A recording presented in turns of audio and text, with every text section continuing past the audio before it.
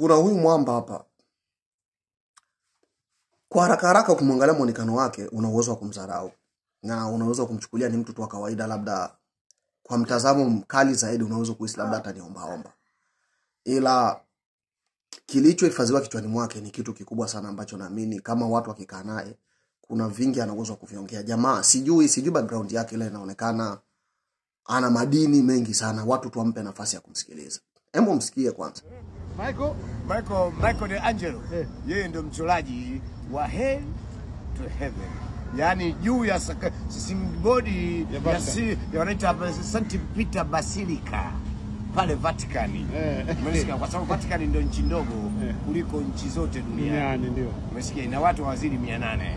Lakini na bendera yake ina balozi dunia nzima.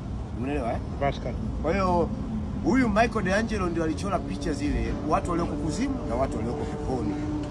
Umeelewa? Michael De Angelo ndio akamchukua Caesar Borgia akamchora picha yake kwenda kwenye imagination ya Jesus Christ. Huyo ndio Caesar Borgia. Caesar Borgia. Ndio picha yake imechorwa kama muonekano wa nani? Wa Bwana Masihi. Umeelewa bwana? Ndio. Kwa hiyo huyu Caesar Borgia alikuwa mtu mmoja, ni military commander, lakini alikuwa na sifa yake nyingine ya kipuuzi. Huyo ndiye aliyemchora Mona Lisa? Alomchora Mona Lisa ni Leonardo da Vinci.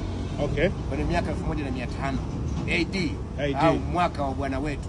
The year of our Lord. The year of our Lord. The year of our Lord. After death. After death.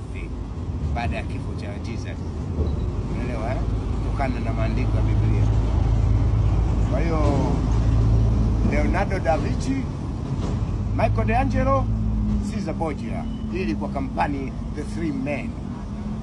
Hawa watu walikuwa genius. Huyu kamanda, huyu mchoraji, huyu ni mvumbuzi, kwa sababu huyu Michael De Angelo yeye alikuwa mchoraji mzuri sana, lakini huyu Leonardo da Vinci huyu ni hatari, huyu mvumbuzi. Mwenyewe Wataliano wanampenda sana.